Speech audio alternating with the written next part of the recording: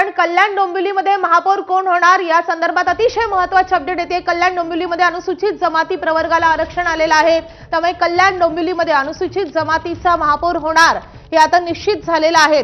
जसं आत्ताच आपण बोलत होतो राजू की कल्याण डोंबिवलीची चिठ्ठी त्या 9 चिठ्ठ्यांमध्ये आहे, तर कल्याण डोंबिवलीमध्ये आता अनुसूचित जमातीचा महापौर होणार हे या चिठ्ठीमध्ये कळालेलं आहे, आरक्षणामधून स्पष्ट झालेलं आहे। त्यामुळे कल्याण डोंबिवलीचं चित्र आता स्पष्ट झालेलं आहे। राजू,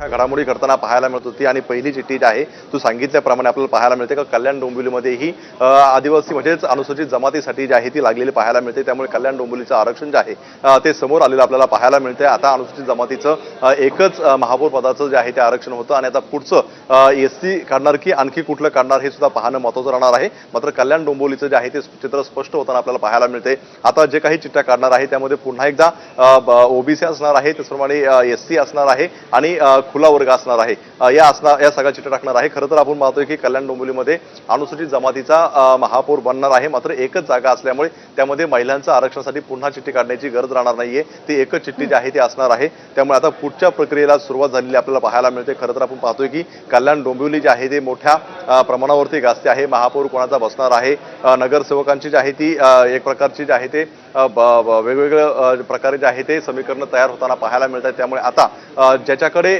महापालिकेमध्ये अनुसूचित जमातीचा नगरसेवक असणार आहे त्याला आता हे पद जाण्याची शक्यता आपल्याला पाहायला मिळते। त्यामुळे अतिशय महत्त्वाचा हा निकाल लागलेला आहे, कारण अनेक ठिकाणी आपण पाहतोय की महानगरपालिकांमध्ये ओबीसी असेल, एससी असेल, खुला वर्ग असेल याचे नगरसेवक आहेत, मात्र बऱ्याच ठिकाणी आपल्याला पाहायला मिळते की अनुसूचित जमातीचा जे नगरसेवक जो आहे तो बऱ्याच पक्षांकडे नाही आहे आणि त्यामुळे अनेकांची धाकधूक वाढलेली होती। मात्र कुठेतरी ही धाकधूक जी आहे ती कमी झालेली आपल्याला पाहायला मिळते आणि आता कल्याण डोंबिवलीकडे जे आहे ते हे सगळं आता अनुसूचित जमातीचा महापौर बनणार यावरती शिक्कामोर्तब झालेलं आपल्याला पाहायला मिळते। त्यामुळे आता आपण पाहतोय की पुढचं नेमकं आता कुठला प्रवर्गाचं जे आहे ती चिठ्ठी काढली जाणार आहे। नक्कीच राजू, आता अनुसूचित जाती या प्रवर्गासाठी आता सोडत काढली जाते।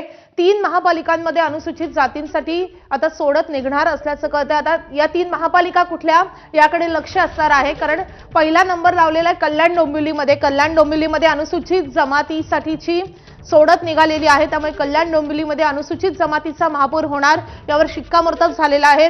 आता अनुसूचित जमातीचा कुठला नगरसेवक शिंदेकडे आहे, भाजपकडे आहे की मनसेकडे आहे हे पाहणं खूप औत्सुक्याचं ठरणार आहे।